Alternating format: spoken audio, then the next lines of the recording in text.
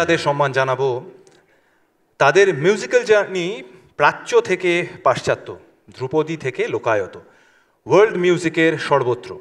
তাদের musical concert দর্শকদের সুর ও মূর্ছনায় মুগ্ধ করে তোলে নিমেষে। হ্যাঁ, আসুন শিল্পীদের পথ চলায় একবার চোখ রাখি।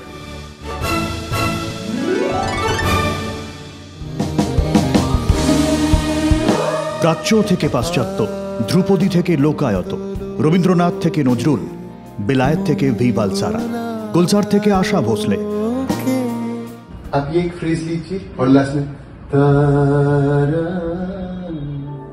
जो भी बातें थे बाकी। থুমরি, গজল থেকে জ্যাজ, ব্লুজ, কি মনে হচ্ছে সাংগীতিক কুইজ কিছু? बारिश है आई। না, এ আসলে আশ্চর্য এক সঙ্গীত যুগলের অভূতপূর্ব এক সুরযাত্রার বিচিত্র জিন ম্যাপিং, যেখানে মূর্ছনার প্রতিটি ডিএনএতে মিশে থাকে যুগপৎ বিশ্ব সঙ্গীত থেকে কন্টেম্পোরারি সাউন্ডস্কেপের অবিরল বিন্যাসের অপরূপ লাবণ্য। 2 দশকের এই সঙ্গীত যাত্রার মুখ, 2 প্রতিভাবান, একজন পিয়ানোবাদক আর একজন কণ্ঠশিল্পী। ধনু ধন্য পুষ্প ভরা, যারা সঙ্গীত শৈলীর সূক্ষ্ম প্রক্ষেপণের মধ্যে দিয়ে ক্রমশ ঠাঁই করে নিচ্ছেন বঙ্গসঙ্গীতের সোনার তরীতে। সকল দেশের সেরা 40 কিংবদন্তির সঙ্গে জয় হেই হোক কিংবা বিনোদিনী, সর্বত্রই ধরা থাকে তাদের সুরসৌম্যতা। তারা জানেন সুরের দেশ ভাগ হয় না, তাই সেই অমেয় অখণ্ডতারই টুকরো টুকরো কিন্তু নিটোল ও নিরলস প্রকাশ তাদের সমস্ত সৃজনে।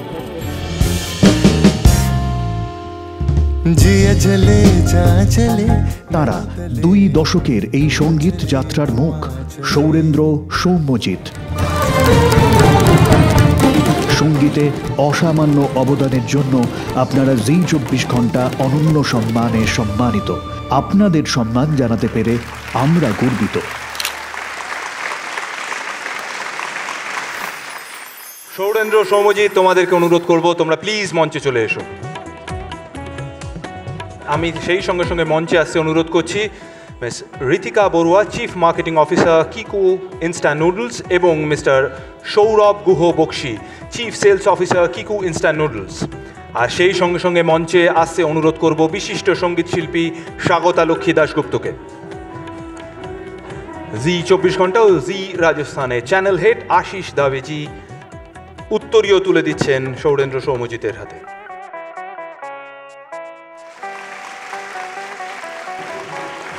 শংসাপত্র বা সার্টিফিকেটটি ওদের হাতে তুলে দেওয়ার জন্য অনুরোধ করছি ঋতিকা দেবী এবং সৌরভ বাবুকে।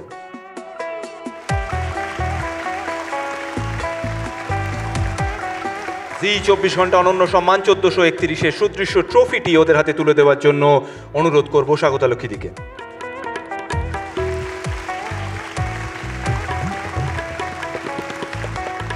তোমাদের সুরে, তোমাদের পারফরমেন্সে বারবারই আমরা মুগ্ধ হয়েছি, আজকেও তাই হয়েছে কিছুক্ষণ আগে। তো আমি একটু জিজ্ঞেস করব যে মোটামুটি একটা ধারণা তো ছিল যে আজকে এরকম একটা দারুণ পুরস্কারও পেতে চলেছে। আজকে কি টেনশনটা বেশি ছিল না কম ছিল? টেনশন আমাদের রোজই হয়, কারণ মঞ্চ কে আমরা সত্যি মন্দির মনে করি, এবং যখনই এই মঞ্চে আসি তখন তার আগে অনেকটা প্রস্তুতি এবং অনেকটা ভয় থাকে, এবং কোথাও একটা মনে মনে একটা অনুমতি নেওয়া থাকে যে আজকের দিনটা যেন ঠিকঠাক হয়। তো সেটা অবশ্যই ছিল। তবে আমি সত্যি আজ থেকে 20 বছর আগে আমার আর ওর একসঙ্গে দেখা হয় সেন্ট জেভিয়ার্স কলেজে, এবং 20 বছর ধরে এই স্বপ্ন দেখতে দেখতে আজকে আমরা অত্যন্ত কৃতজ্ঞ জি 24 ঘন্টার কাছে যে আমাদেরকে এই সম্মান জানানো হলো।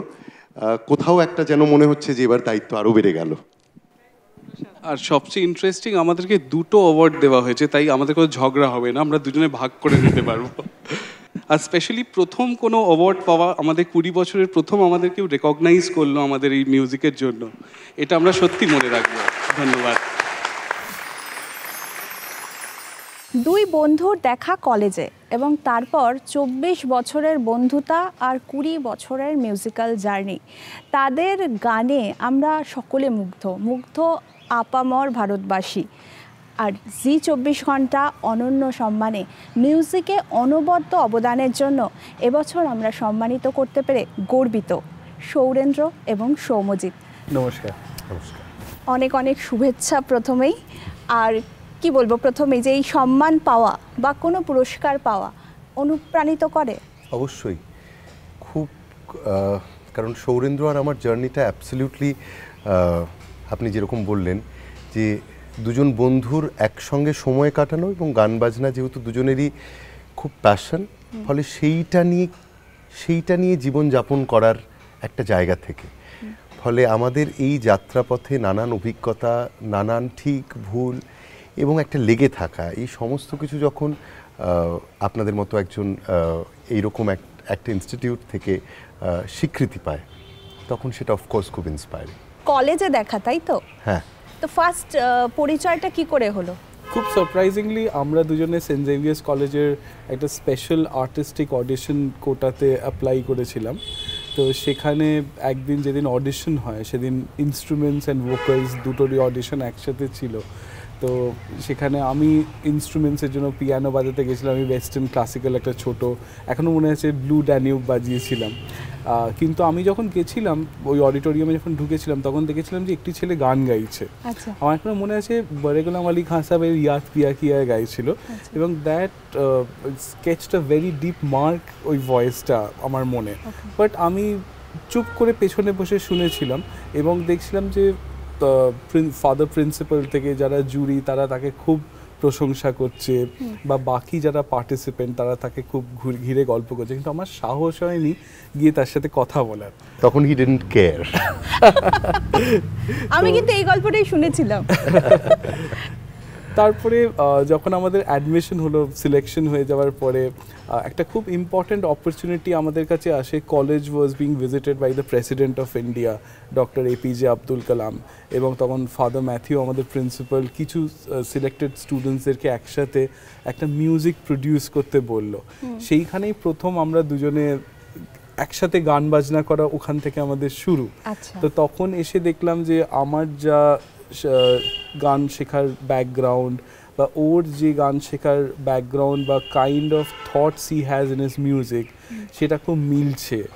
এবং আমাদের কলেজে অ্যাকচুয়ালি বাকি যারা মিউজিশিয়ানস ছিল তারা সবাই খুব রিহার্সাল, খুব স্কোর শিট লিখে জেনে মেপেতে বিশ্বাসী, আর আমরা খুব ইমপ্রম্পটো, এই মুহূর্তে কি মনে হচ্ছে তে বিশ্বাসী। এবং যেহেতু আমি গান গাইছিলাম সেই জন্য আমার পক্ষে ইট ওয়াজ ভেরি ডিফিকাল্ট যে সমস্ত তান স্ক্রিপ্টেড করে এক্স্যাক্টলি মুখস্থ করা।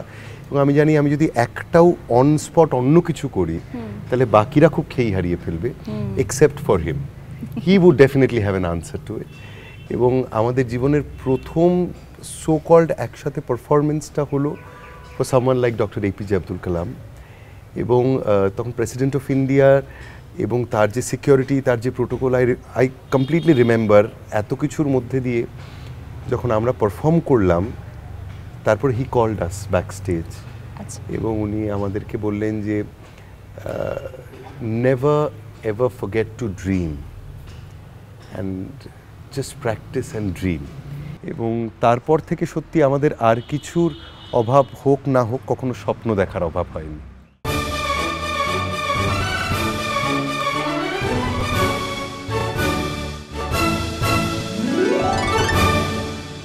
আমি তো শুনেছি যে এই বন্ধুতা বা এই যাপন একসঙ্গে এতটাই যে 24 বছরে নাকি এরকম দিন যায়নি যেদিন একসঙ্গে অন্তত একটা মিল খাওয়া হয়নি, মানে এরকম দিন যায়নি। দুপুরে লাঞ্চ আমরা প্রায় একসাথেই খেয়েছি, কনজিকিউটিভ 2 দিন খাইনি এমন হয়নি। মানে গানের ক্ষেত্রে তো এই বোঝাপড়াটা খুবই জরুরি, যেটা অ্যাকচুয়ালি এই যে আর্ট ফিল্ডটা আমরা একটা নতুন ধরনের জিনিস প্রডিউস করছি, which is not conventional music. It is a music which has a visualization, আমাদের দুজনকার ভিশন, একটা চিন্তা ভাবনা। We incorporate অনেক সময় লিটারেচার, we incorporate কোরিওগ্রাফি, অনেক সময় এখন তো মিডিয়ামটাও খুব ভিজুয়াল হয়ে গেছে, তো আমরা একটা জিনিসকে ইন্টারপ্রেট করার চেষ্টা করি। So we have also formed a team, মানে যারা আমাদের সাপোর্ট করে, some are helping us with sound, some with visual, some with costumes, with stage craft. তো আমরা সবাই মিলে একটা পরিবারের মতো এটাকে একটা প্রোডাকশন হিসেবে আমাদের গান বাজনাটাকে দেখি, and we are very loyal to it. আমাদের দিন নেই, রাত নেই, আমাদের দিন 24 ঘন্টায় ফুরোয় না, আবার 2 ঘন্টাতেও শেষ হয় না। তো এইভাবেই আমাদের চলে যাচ্ছে, and we are very happy to stay together like this for the last 20 years now. How sweet.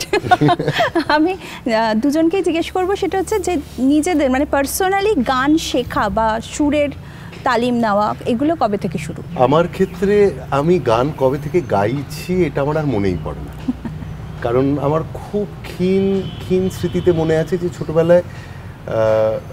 ছোটবেলায় ওই আমাদের একটা ভাঙা স্ক্রিপ্ট স্ট্যান্ডের মতো ছিল, আর তারপরে ওই একটা পেন্সিল বক্সের মুখে একটা প্লাস্টিক বেঁধে সেটাই আমার মাইক্রোফোন হতো, এবং ওই ঘন্টার পর ঘন্টা অবলীলায় গাইতে পারতাম। এবং সেটা ছিল ক্যাসেটের যুগ, ফলে আমাদের কাছে লিমিটেড কিছু ক্যাসেট ছিল। তারপরে আমার গোটা জীবন দিয়ে আমি প্রায় 1000-এর উপর ক্যাসেট কালেক্ট করি, এবং 1000-এর উপর ক্যাসেট মানে 1000-এর উপর ক্যাসেটের মিউজিক কালেক্ট করি, এবং গাইছি এবং একটা দীর্ঘ জীবন সত্যি। তারপরে ফর্মালি আমার ট্রেনিং শুরু হয় বোধহয় তখন আমার 7-8 বছর বয়স হবে। আমার জন্ম যেহেতু ব্যারাকপুরে, ফলে ব্যারাকপুরেই একজন মানে গান শেখাতেন ভারতী ভট্টাচার্য বলে, তার কাছে। তারপরে সেখান থেকে পণ্ডিত অজয় চক্রবর্তীর কাছে আমার আসা, এবং তারপরে এখনও তার কাছেই রয়েছি। কিন্তু over these years I realise যে গুরুজির কাছে হয়তো বসে তালিম পাওয়ার সুযোগ হয়, কিন্তু অজান্তেই সমস্ত মিউজিশিয়ানের কাছ থেকে শিখেছি। আর কর্মসূত্রেই এই আমাদের গত 20 বছরে আমাদের এমন সৌভাগ্য হয়েছে মানুষের সাথে কাজ করার, যে তাদের কাছ থেকে প্রতিনিয়ত শিখেছি, এখনও শিখছি। আর আমরা যদি আপনি জিজ্ঞেস করেন যে আপনারা কেমন পারফর্মার আপনাদের নজরে, আমি এটা বলতে পারবো না, কিন্তু আমরা অত্যন্ত ভালো student of classical music, of Indian music, of music overall, ফলে and we love to be students. আমাদের বাড়িতে একটা খুব পুরনো পিয়ানো ছিল, তো আমার দাদুর খুব শখ ছিল, আমার দাদু বাজাতেন, সেতার বাজাতেন, পিয়ানো বাজাতেন, তো খুব ইচ্ছে ছিল যে তার নাতিকে কোলে বসে পিয়ানো শেখাবে। তো সেই থেকে খুব ইনফর্মালি আমার গান বাজনা শেখা হয়। তখন 1987 কি 80 দূরদর্শনে রবিশঙ্করজির খুব সুন্দর মিলে সুরবেরা তোমার সিমিলার একটা দেশের বন্দিশ, বাজে সরগমের বন্দিশ বাজতো, সেটা আমি খুব চেষ্টা করতাম পিয়ানোতে বাজিয়ে তোলার। তো সেই থেকে কিছুদিন হলো দাদুর কাছে শিখলাম, তারপর দাদু আমাকে নিয়ে যায় পণ্ডিত বিবল সারাজির কাছে। তো সেখানে আমার ইনিশিয়াল ফর্মাল ট্রেনিং হয়। তারপরে আমরা কলেজে উঠলাম, সৌম্যজিতের সাথে দেখা হলো, আমাদের একটা খুব ইম্পর্ট্যান্ট অপরচুনিটি হয় জার্মানিতে গিয়ে পারফর্ম করার, ওই কলেজে পড়াকালীনই। সেখানে অনেক ইন্টারেস্টিং ইম্পর্ট্যান্ট জার্মান পিয়ানিস্টদের সাথে পরিচয় হলো। সেখানে একজন উল্লেখযোগ্য প্রফেসর মার্টিন কিউবার্ট, উনি আমাকে অনেক কিছু দেখালেন, বা উনি যেভাবে বাজাচ্ছেন সেটাকে আমি অ্যাডপ্ট করার চেষ্টা করলাম। এর মাঝে আমি উস্তাদ বিলায়েত খাঁ সাহেবের কাছে অনেকবার গেছিলাম। তো উনি যেভাবে সঙ্গীতকে, ইন্ডিয়ান ক্লাসিক্যাল মিউজিককে তার ইনস্ট্রুমেন্টে ইন্টারপ্রেট করতেন, উনি আমাকে সেগুলো শোনাতেন। এবং আমারও খুব ইচ্ছে ছিল যে piano, which is not a conventional Indian instrument, সেখানে যদি আমাদের ইন্ডিয়ান সুরকে আমি রিফ্লেক্ট করতে পারি। সেইটা করতে করতেই আমার পিয়ানো শেখা। বাট আমি কোনোদিন প্রফেশনালি পিয়ানিস্ট হব সেটা ভাবিনি। বাট আমি যখন থেকে সৌম্যজিতের সাথে আলাপ হয়, আমার একটাই উদ্দেশ্য ছিল যে আমরা যা করব একসাথে করব। ও যদি গানটা করে, আমি যদি বাজাই, ক্ষতি তো নেই, একসাথেই তো সব কিছু হচ্ছে। আপনার দাদুকে ধন্যবাদ যে উনি আপনাকে পিয়ানোটা শিখিয়েছিলেন প্রথম। আপনার সত্যি আঙুলে জাদু আছে।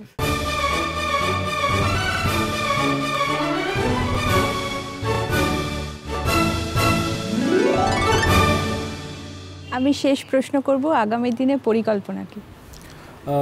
এই রিসেন্টলি এই বছর আমরা আমাদের একাডেমি অফ মিউজিক স্ট্যাবলিশ করেছি।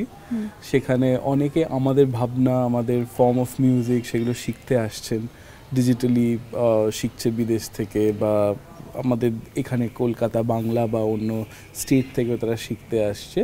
তো এই ইনস্টিটিউটটা নিয়ে একটু এগোনো, এবং তার সাথে সাথে আমাদের নিজেদের পরিকল্পনা আছে একটা নিজেদের খুব ইন্টারেস্টিং কাইন্ডের মুভি আমরা নিজেরা প্রডিউস করব, তৈরি করব, তার একটা পরিকল্পনা চলছে। আচ্ছা, বাংলা ছবিতে আরো কিছু কাজ নিশ্চয়ই হবে, তো সেসব রয়েছে। আরো অনেকগুলো পরিকল্পনা, কারণ এবারে ওয়ার্ল্ড মিউজিক ডে চলে এলো, এছাড়াও আরও অনেক কিছু রয়েছে ইন দ্য পাইপলাইন, কারণ এপিজে আব্দুল কালাম মনে একদম গেড়ে বসে আছে টু ড্রিম, অ্যাবসলিউটলি সেইটা চেস করা। এবং সেই চেজ আরও অনেক অনেক বছর যাক এবং আমরা সমৃদ্ধ হই। শেষ করার আগে সৌম্যজিৎ সৌরেন্দ্র আছে, আর গান হবে না এটা তো হতে পারে না, একটা গান দিয়ে আমরা শেষ করি। সৌরেন্দ্র তো নেই, ওর তো যন্ত্র কোথায়? ধন ধান্য পুষ্প ভরা আমাদের বসুন্ধরা, তাহার মাঝে আছে দেশ এক সকল দেশের সেরা, ও সে স্বপ্ন দিয়ে তৈরি সে দেশ স্মৃতি দিয়ে ঘেরা, এমন দেশটি কোথাও খুঁজে পাবে না কো তুমি, সকল দেশের রানী সে যে আমার জন্মভূমি, সে যে আমার জন্মভূমি, সে যে আমার জন্মভূমি। অসাধারণ, অসাধারণ। অনেক অনেক শুভেচ্ছা, আগামী দিনে আরও অনেক ভালো ভালো কাজ হোক। আমরা তো শুনলাম সৌরেন্দ্র আর সৌম্যজিতের এতদিনের অভিজ্ঞতা এবং আগামী দিনের অনেক পরিকল্পনা। আপনারা দেখতে থাকুন জি24 ঘন্টা। বাংলার আওয়াজ, বাঙালির আবেগ, জি24 ঘন্টা।